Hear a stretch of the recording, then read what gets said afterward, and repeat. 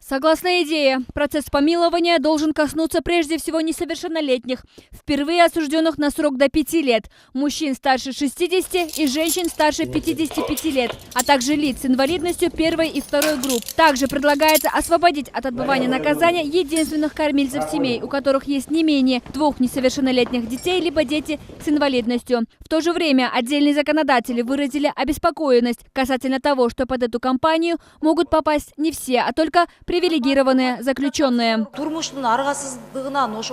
Не будет ли такого, что под амнистию попадут только те, у кого влиятельные знакомые? Я бы хотела попросить обратить внимание на женщину, которую осудили за то, что она спрыгнула с ребенком с 4-го этажа. Но она была вынуждена это сделать из-за семейного насилия. Также наркобароны работают с нуждающимися женщинами, подставляют их, а сами ходят на свободе.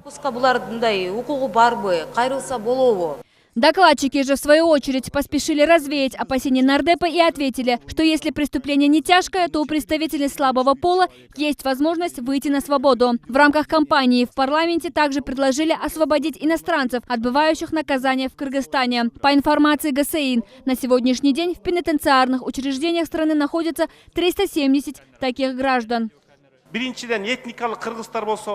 Есть 7 этнических кыргызов, которые приехали из Таджикистана. Мы 4 раза принимали амнистию, но их срок не был сокращен. Они не убивали людей, не нанесли урон бюджету страны. Мы за счет бюджета кормим 370 человек. Может быть, стоит применять амнистию в облегченном виде в отношении этнических кыргызов. И, во-вторых, применять амнистию в отношении лиц, которые не совершали тяжких преступлений и не являются рецидивистами.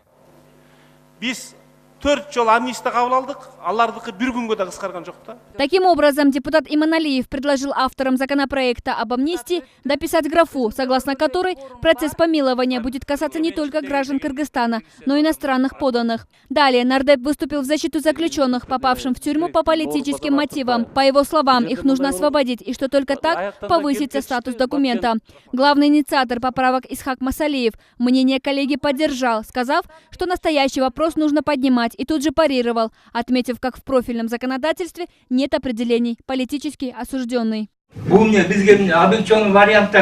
11 160. Ровно столько на сегодняшний день человек отбывают свои сроки в пенитенциарных учреждениях республики. Для небольшого Кыргызстана цифра колоссальная. Основными причинами роста тюремного населения являются достаточно большие сроки лишения свободы, предусмотренные Уголовным кодексом, и практика судебной системы, которая выступает преимущественно в качестве карательной, говорят эксперты. В то же время надо понимать, что время не стоит на месте. Статистика осужденных растет с каждым разом, а места лишения свободы не резиновые.